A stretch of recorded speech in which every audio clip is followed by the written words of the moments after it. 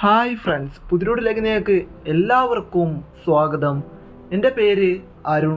ഞാൻ ഇവിടെ കൊല്ലം കരുനാഗപ്പള്ളിക്കാരനാണ്. ഇന്നത്തെ വീഡിയോ നമ്മൾ പറയാൻ പോകുന്നത്, നിങ്ങൾ ഫിജി കാർഡിലോട്ട് കയറാൻ പോവുകയാണോ? എന്നാൽ നിങ്ങൾ ഈ ഒരു വീഡിയോ കണ്ടിരിക്കണം. പല ആളുകളും പറയുന്നത് ഫിജി കാർഡ് എന്ന് പറയുന്നത് ആളുകളെ പറ്റിക്കുന്നൊരു ബിസിനസ്സാണെന്ന്. ഫിജി കാർഡ് എന്ന് പറയുന്നത് ഒരു MLM ബിസിനസ്സാണ്. ഇവിടുന്ന് നമ്മൾ വാങ്ങുന്ന പ്രോഡക്റ്റിനൊന്നും ക്വാളിറ്റി ഇല്ല എന്ന് പലരും പറയാറുണ്ട്. ഇതിനെക്കുറിച്ചാണ് ഇന്നത്തെ വീഡിയോ നമ്മൾ സംസാരിക്കാൻ പോകുന്നത്. ഞാൻ ഇതിനു മുമ്പ് ഒരു വീഡിയോ അപ്ലോഡ് ചെയ്തിട്ടുണ്ട്. നിങ്ങൾ ആ ഒരു വീഡിയോ കണ്ടിട്ട് ഈ ഒരു വീഡിയോ കാണാൻ ശ്രമിക്കുക. ആ വീഡിയോയുടെ ലിങ്ക് ഞാൻ ഈ വീഡിയോയുടെ ഡിസ്ക്രിപ്ഷനിൽ കൊടുക്കുന്നുണ്ട്. അപ്പോൾ നിങ്ങൾക്ക് അവിടെ നിന്ന് കാണാവുന്നതാണ്. അപ്പോൾ നമുക്ക് നേരെ ആ ഒരു വീഡിയോയിലേക്ക് കിടക്കാം. പുതിയതായിട്ട് ആരെങ്കിലും കാണുന്നുണ്ടെങ്കിൽ ഇപ്പം തന്നെ ചാനൽ സബ്സ്ക്രൈബ് ചെയ്യുന്ന കാര്യം ഒന്ന് പരിഗണിക്കുക. ഇപ്പം തന്നെ ചാനൽ സബ്സ്ക്രൈബ് ചെയ്ത് അടുത്തുള്ള ബെല്ലൈക്കൺ കൂടി അമർത്തി വയ്ക്കുക. എന്നാൽ മാത്രമേ ഞാനിനി അപ്ലോഡ് ചെയ്യാൻ പോകുന്ന ഓരോ വീഡിയോസും നിങ്ങൾക്ക് അപ്പം നോട്ടിഫിക്കേഷനായി ലഭിക്കും. അപ്പോൾ നമുക്ക് നേരെ ആ ഒരു വീഡിയോയിലേക്ക് പോവാം. എനിക്ക് ആദ്യം സംസാരിക്കാനുള്ളത് നമ്മുടെ ഇന്ത്യയെ പറ്റിയാണ്. നമ്മുടെ ഇന്ത്യയിൽ ഡയറക്റ്റ് സെല്ലിംഗ് ബിസിനസ്സുകൾ അഥവാ ഇ-കൊമേഴ്സ് ബിസിനസ്സുകൾ വളരുന്നില്ല എന്നതാണ് 2022 പഠനം പറയുന്നത്. ആ ഒരു പഠനത്തിലൂടെ ഏറ്റവും കൂടുതൽ e-commerce business and direct selling ബിസിനസ്സുകൾ നടക്കുന്നത് USA-യിലാണെന്നാണ് നമുക്ക് കാണാൻ സാധിച്ചത്. അതിൻ്റെ പ്രൂഫാണ് നിങ്ങളിപ്പോൾ സ്ക്രീനിൽ കാണുന്നത്. അതുപോലെ തന്നെയാണ് ഫിജി കാർഡ് എന്ന് പറയുന്ന ബിസിനസ്സും. നമ്മുടെ ഇന്ത്യയിൽ ഇതുപോലുള്ള ബിസിനസ്സുകൾ വളരുന്നില്ല എന്നതാണ് സത്യം. അത് ചിലപ്പോൾ നമ്മുടെ ഇന്ത്യയിലെ പണത്തിൻ്റെ മൂല്യം കൂടിയത് കൊണ്ടാകാം, ചിലപ്പോൾ കുറഞ്ഞത് കൊണ്ടാകാം, അതല്ലെങ്കിൽ ചിലപ്പോൾ നമ്മുടെ ഇന്ത്യയിലെ ജോലി സാധ്യത കുറഞ്ഞത് കൊണ്ടാകാം. അതെന്തെങ്കിലും ആയിക്കോട്ടെ, അടുത്ത നമ്മൾ പറയാൻ പോവുകയാണ് എന്താണ് ഇ-കൊമേഴ്സ് ബിസിനസ്, അല്ലെങ്കിൽ എന്താണ് ഡയറക്റ്റ് സെല്ലിംഗ് ബിസിനസ്, എന്താണ് റെഫറൽ മാർക്കറ്റിംഗ് അല്ലെങ്കിൽ നെറ്റ്വർക്ക് മാർക്കറ്റിംഗ്, എന്താണ് ഹെൽത്ത് ആൻഡ് വെൽനസ്. അതിനെക്കുറിച്ചാണ് നമ്മൾ ഇനി അടുത്ത പറയാൻ പോകുന്നത്. നമുക്ക് ഓരോന്നായി സംസാരിക്കാം.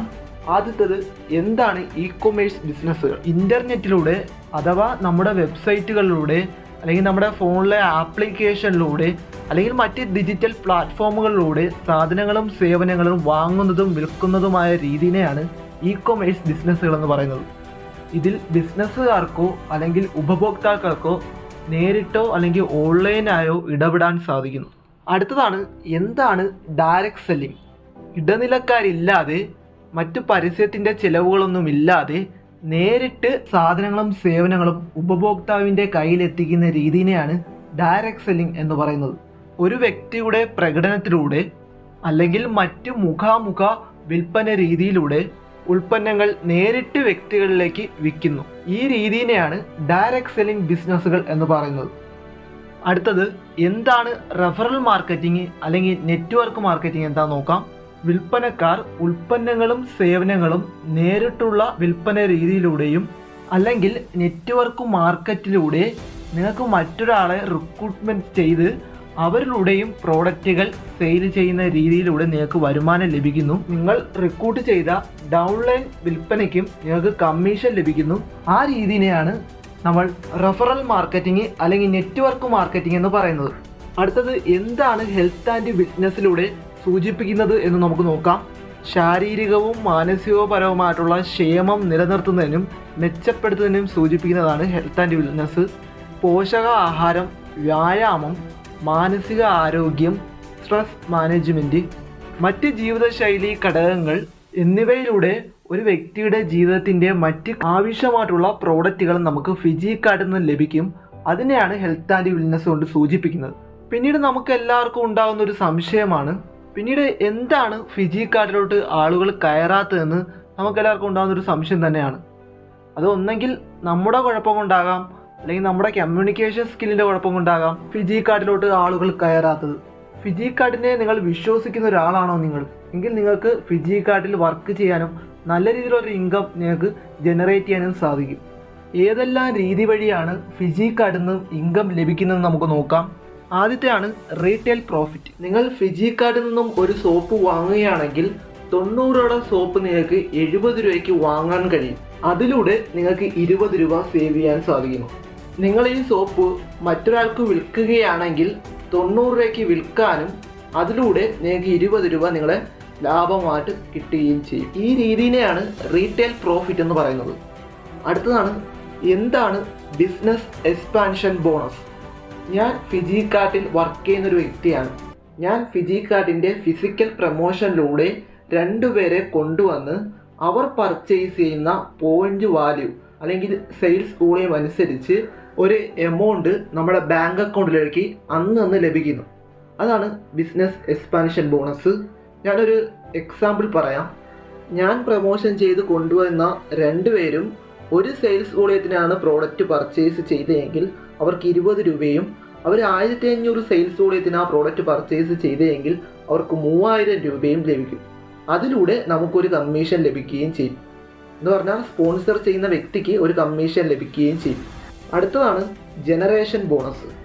നമ്മൾ സ്പോൺസർ ചെയ്യുന്ന ഏതെങ്കിലും ഒരു വ്യക്തി തുടർച്ചയായിട്ട് ഫിജിക്കാർട്ടിൽ നിന്നും പ്രോഡക്റ്റ് പർച്ചേസ് ചെയ്യുകയാണെങ്കിൽ നമുക്ക് കിട്ടുന്ന ബോണസാണ് ജനറേഷൻ ബോണസ്.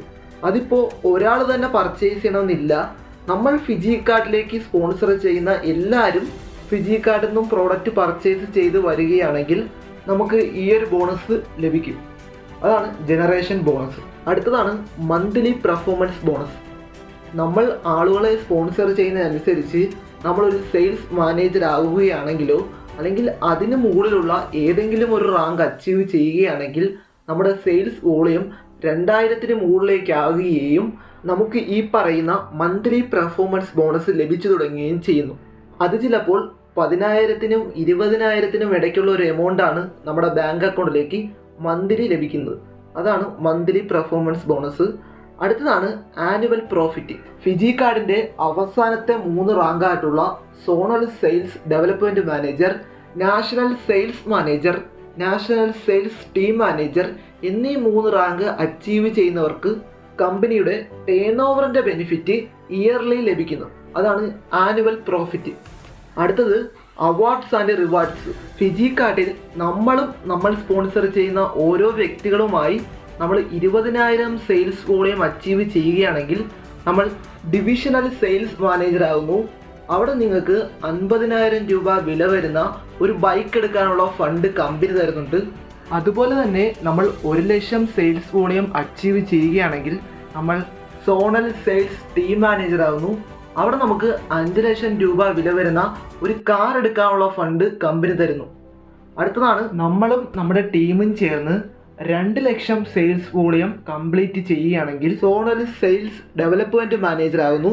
ഇവിടെ നിങ്ങൾക്ക് ഒരു ഇൻ്റർനാഷണൽ ഫാമിലി ട്രിപ്പ് 2 പേർക്ക് പോയി സുഖമായി തിരിച്ചു വരാൻ പറ്റുന്ന ഒരു ഇൻ്റർനാഷണൽ ഫാമിലി ട്രിപ്പ് നിങ്ങൾക്ക് പോയി വരാൻ സാധിക്കുന്നു. ഇതിലും നല്ലൊരു അവസരം വേറെ ഒരു കമ്പനിയിൽ നിന്ന് നിങ്ങൾക്ക് ലഭിക്കില്ല. അടുത്തതാണ് നമ്മളും നമ്മുടെ ടീമും ചേർന്ന് 5,00,000 സെയിൽസ് വോളിയം മാച്ച് ചെയ്യുകയാണെങ്കിൽ നാഷണൽ സെയിൽസ് മാനേജർ ആകുന്നു. ഇവിടെ നിങ്ങൾക്ക് 50,00,000 രൂപയുടെ ഒരു പ്രീമിയം കാർ ഫണ്ട് ലഭിക്കുന്നു. അടുത്തത് നിങ്ങളും നിങ്ങളുടെ ടീമും ചേർന്ന് 10,00,000 സെയിൽസ് വോളിയം മാച്ച് ചെയ്യുകയാണെങ്കിൽ നിങ്ങൾ നാഷണൽ സെയിൽസ് ടീം മാനേജർ ആകുന്നു. ഇവിടെ നിങ്ങൾക്ക് 1 കോടി രൂപയുടെ ഒരു ഹാപ്പി ഹൗസ് ഫണ്ട് ലഭിക്കുന്നു. അപ്പോൾ ഇതൊക്കെയാണ് ഫിജിക്കാർട്ടിൻ്റെ അവാർഡ്സ് ആൻഡ് റിവാർഡ്സ്. ഇനി നിങ്ങൾക്ക് തീരുമാനിക്കാം ഫിജിക്കാർട്ടിൽ വർക്ക് ചെയ്യണോ വേണ്ടേ എന്നുള്ളത്.